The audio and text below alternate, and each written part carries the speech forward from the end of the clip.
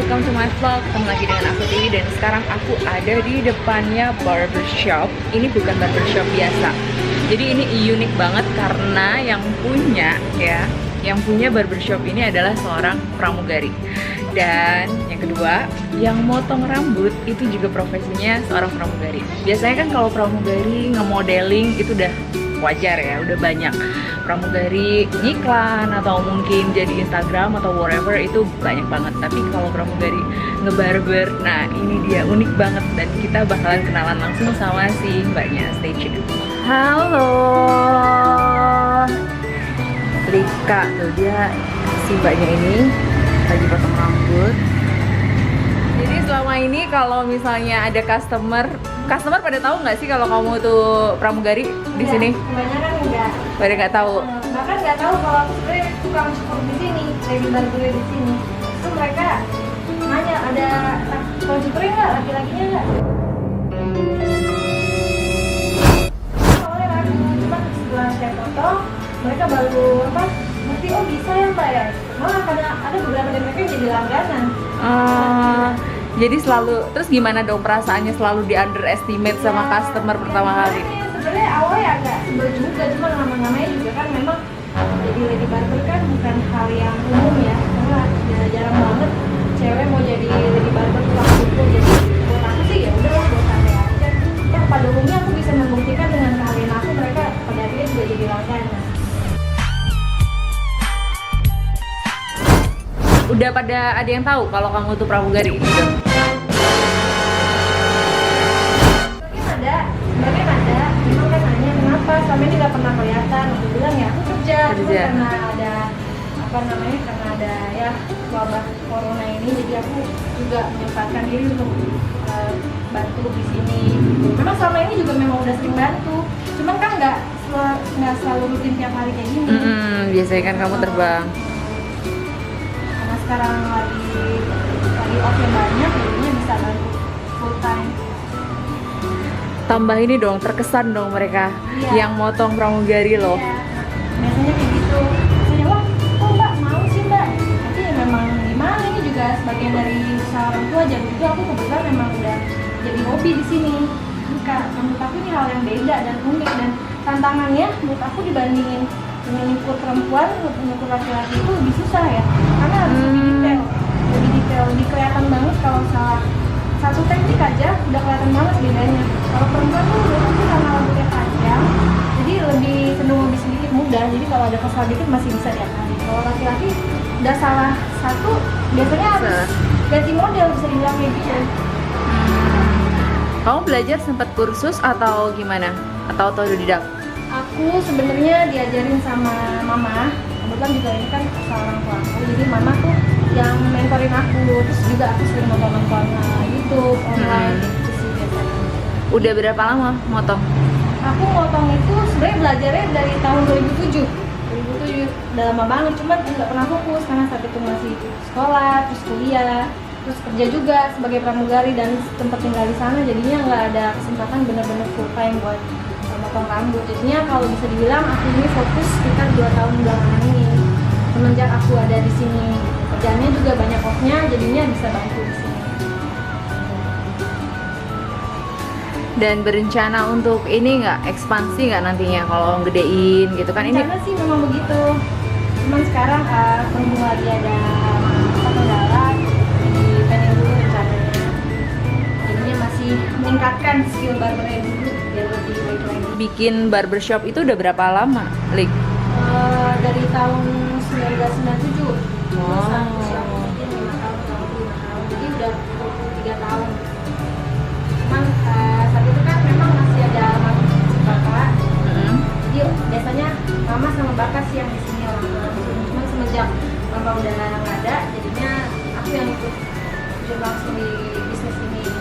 Dari dulu tempatnya di sini atau Dulu udah berpindah? Udah pindah 2 kali sih, dulu seperti ada sebelah sana, ada depan, terus sekarang di ke sini.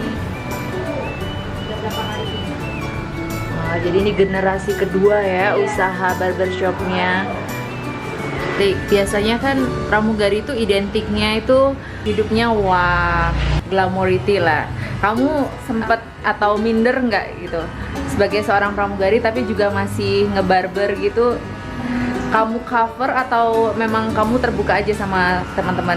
Aku terbuka aja sih sama teman-teman gitu, karena memang kebanyakan teman-teman aku yang udah kenal aku udah tahu kalau aku memang usaha orang tuanya barber, terus mereka juga tahu kalau aku suka bantu orang tua di barber, karena mereka juga apa ya, mereka mendukung gitu, bukan teman yang underestimate atau teman yang ngajakin kita hal-hal yang misalnya kayak hedon atau dengan sosialita kayak gitu. Juga teman-teman aku juga kebanyakan sama kayak aku, tanda kutip pekerja keras. Jadi mereka itu orang-orang yang mendukung aku dalam bidang ini. Ya malah suatu kebanggaan ya, karena sebenarnya itu pramugari itu banyak banget yang pekerja keras dan multi talenta, kalau aku bilang sih hebat.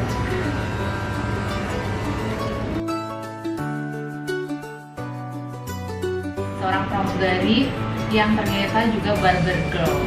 Nah, boleh dong Lik ceritain background kamu sebenarnya awal mulanya gimana sih bisa jadi pramugari ya? Jadi aku dulu tahun 2010 itu kuliah di Universitas Indonesia. Waktu itu ambil jurusannya Bahasa dan Kebudayaan Korea UI. Selama 4 tahun aku kuliah di sana.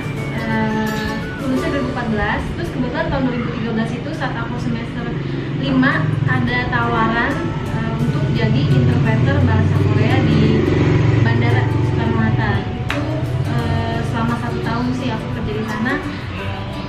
Aku jadi interpreter bahasa Korea di maskapai Korean Airlines.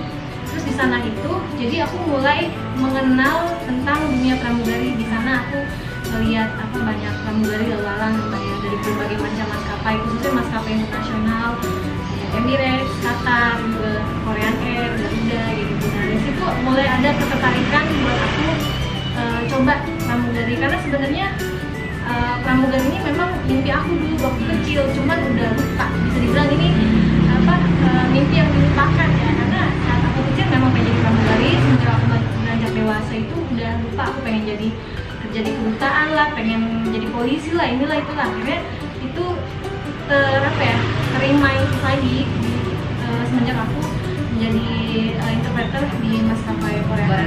Jadi titik awal aku untuk aku mau coba pramugari, karena ada beberapa orang yang juga menyarankan aku kalau aku udah lulus kuliah kenapa nggak coba gitu. Nah terus tiba-tiba pengen nyoba waktu itu gimana? Itu saat 2013 itu memang aku kan masih kuliah. Setelah lulus kuliah aku 2014 masih belum berani untuk coba pramugari, karena menurut aku nggak capable gitu, aku nggak punya kemampuan buat hal itu. Tapi akhirnya setelah itu aku coba juga kerja di office. Kebetulan saat itu aku kerja di suatu perusahaan yang memang di bawah kedutaan Korea.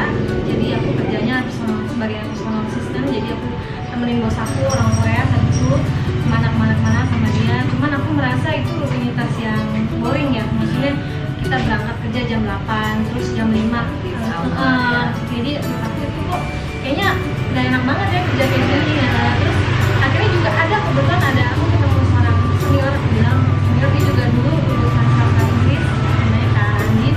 Dia kerja di Emirates Bank saat itu. Kita satu gedung, terus dia ngomong kayak gini ke aku, Kak kamu coba aja pramugari, kamu tinggi cantik loh, kamu coba aja gitu. Nah dari situ ada keinginan aku buat kenapa nggak dicoba, kayaknya bener juga sih ini kakak senior ini gitu. Udah jadi aku kerja di office sekitar cuma 3 bulan. Habis itu aku coba lamar pramugari.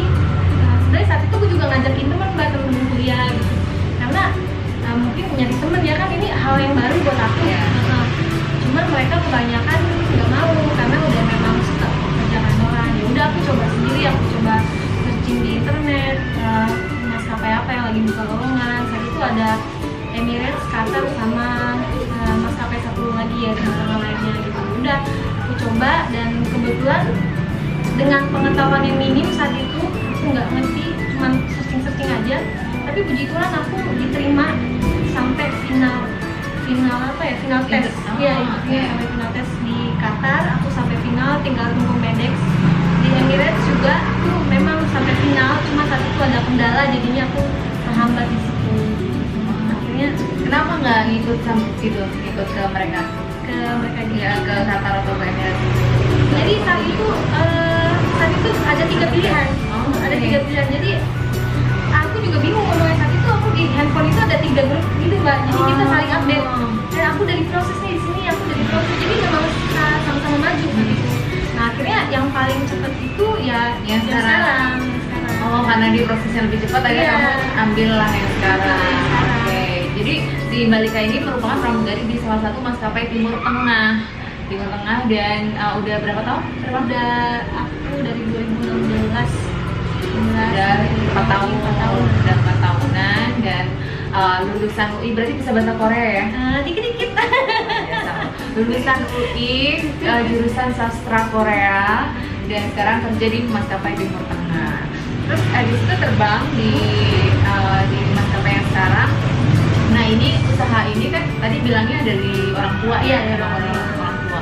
Terjun langsung gitu ke barbershop ini tuh gimana? Ini Walaupun ceritanya. jadi pramugari. Karena kebetulan saat itu kan memang ada almarhum bapak kan, almarhum bapak, terus bapak nggak ada, terus aku lihat kebetulan saat itu memang ada yang bantuin di sini karyawan, cuman karyawan juga namanya kita punya karyawan kan susah manajemen karyawan. Akhirnya aku lihat mama kerepotan nih di sini, ya udah aku coba terjun langsung dan kebetulan aku melihat ini tuh bisnis yang menjanjikan gitu, karena kalau zaman sekarang tuh kayaknya seseorang tuh bukan hanya jadi pekerja ya, harus punya mental pengusaha juga. Jadi aku berpikir kenapa enggak, karena skill ini nggak semua orang bisa dan ini hal yang baru gitu buat aku, dan khususnya menantang sih Mbak, karena kan nggak gampang untuk motong rambut gitu. Unik dan juga membanggakan, karena menurut aku tuh unik banget, multi talenta sebagai seorang cabin crew, punya talenta lain selain terbang. Jadi kita menggebrak nih opini orang bahwa pramugari itu cuma bisa bergaya doang, cuma bisa berdandan, enggak, kita bisa yang lain-lain. Apa sih Rik yang membuat kamu pengen banget jadi pramugari itu dulu tuh kenapa gitu? Dulu ceritanya itu memang kayak kebanyakan orang kali ya, bahkan semua orang pengen jalan-jalan ke luar negeri gitu, keliling dunia. Jadi itu memang salah satu cita-citaku dari dulu. Kan bahasa jurusan aku kan bahasa dan kebudayaan Korea aja. Jadi memang dulu negara yang aku pengen tuh selain Itali, Korea yang jelas karena jurusannya. Cuman semakin kesini kok lihat kayaknya negara lain ini juga seru kali ya gitu. Coba kalau kita udah bisa kesana, dan akhirnya aku bilang pramugari ini menjadi salah satu pekerjaan yang memfasilitasi aku buat dapat keliling dunia gitu. Jadi ya udah aku coba. Dan emang dari dulu ngincernya internasional ya? Iya, internasional emang. Kenapa nggak nyobain domestik? Itu pernah nggak nyobain domestik? Aku domestik pernah, dengan Garuda itu cobain sekitar 2 kali kalau nggak salah. Cuman aku merasa kan aku punya kemampuan bahasa Korea, kenapa nggak cobain internasional langsung? Iya, karena kalau biasanya kan kalau domestik kan mungkin bahasa Inggris, kalau internasional mungkin mereka membutuhkan kemampuan bahasa asing lain gitu, jadinya.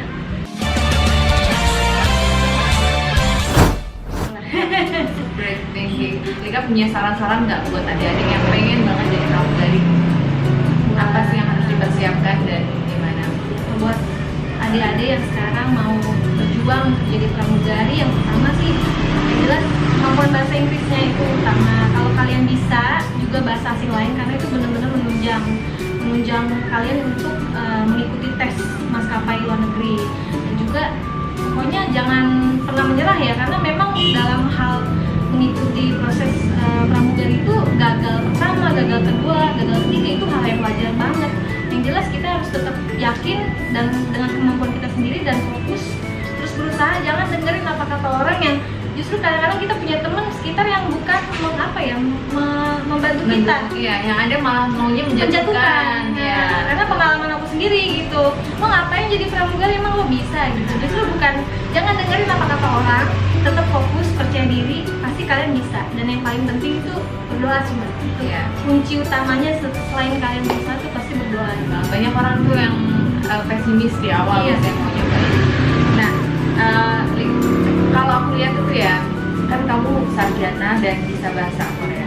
Itu kalau aku tebak sih itu sebenarnya nilai tambah banget waktu tes di mata rekruter ya. Itu kamu rasain ya? Aku rasain banget. Jadi waktu aku ikut proses Qatar itu tahun 2015 di Grand Melia kalau nggak salah, kan kita bikin CV. Nah saat kita drop CV ke rekruter, dia langsung lihat, oh pernah kerja sebagai interpreter bahasa Korea ya. Jadi juga sempat ditanya di tes juga setelah aku ikut sampai tes bahasa Inggris, dan terakhirnya kan dilihat lagi CV-nya, aku disuruh ngomong pakai bahasa Korea. Jadi dites juga sama dia, dan juga itu pengalaman aku ikut Emirates.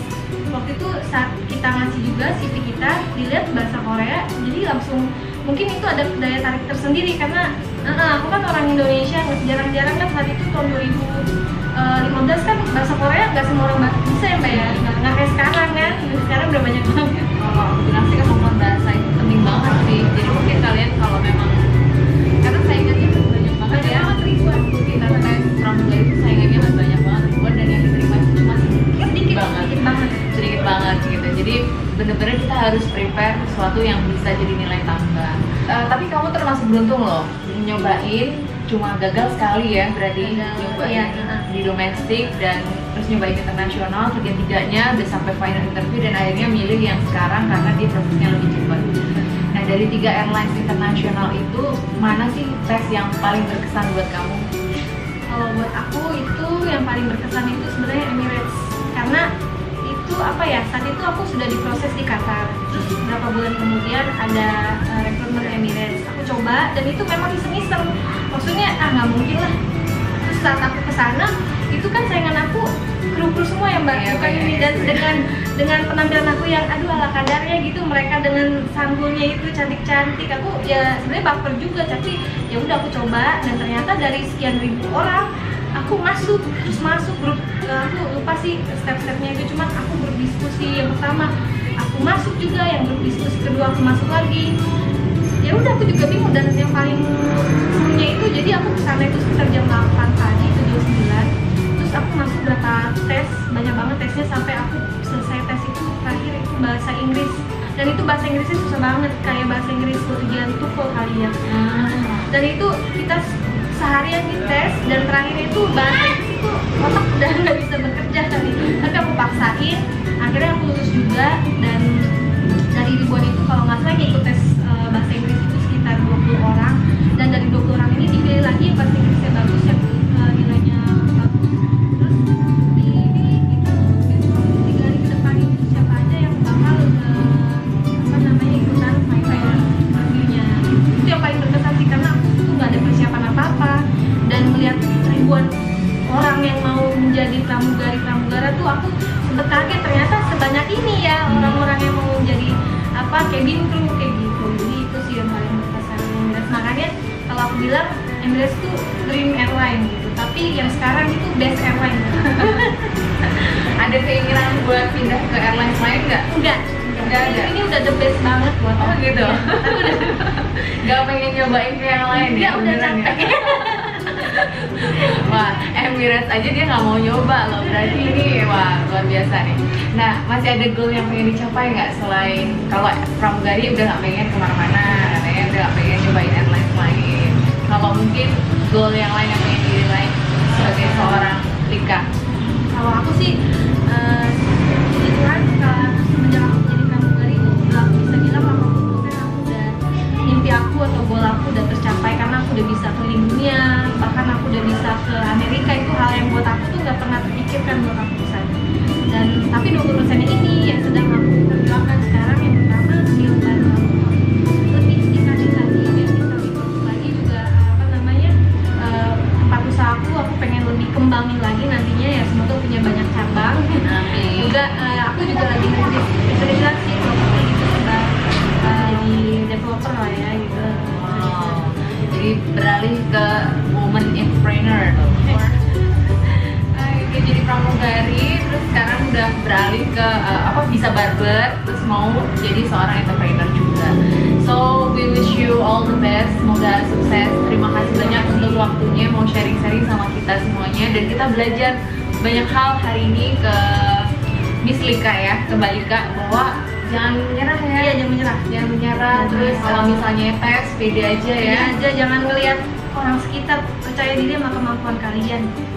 Dan tingkatin juga kemampuan yang lain Kemampuan ya. yang lain. Khususnya bahasa ya, bahasa bahasa Inggris. Atau mungkin yang nyoba-nyobain sempet fail, nggak ada salahnya buat kuliah juga ya, Iya, karena kuliah itu juga. nilai tambah Nilai banget tambah kalau banget. kalian tuh sarjana. Iya, betul banget. Thanks so much for your time, Vic. Semoga bermanfaat buat kalian semuanya. Keep spirit ya untuk meraih mimpi jadi seorang cabin crew. So bye.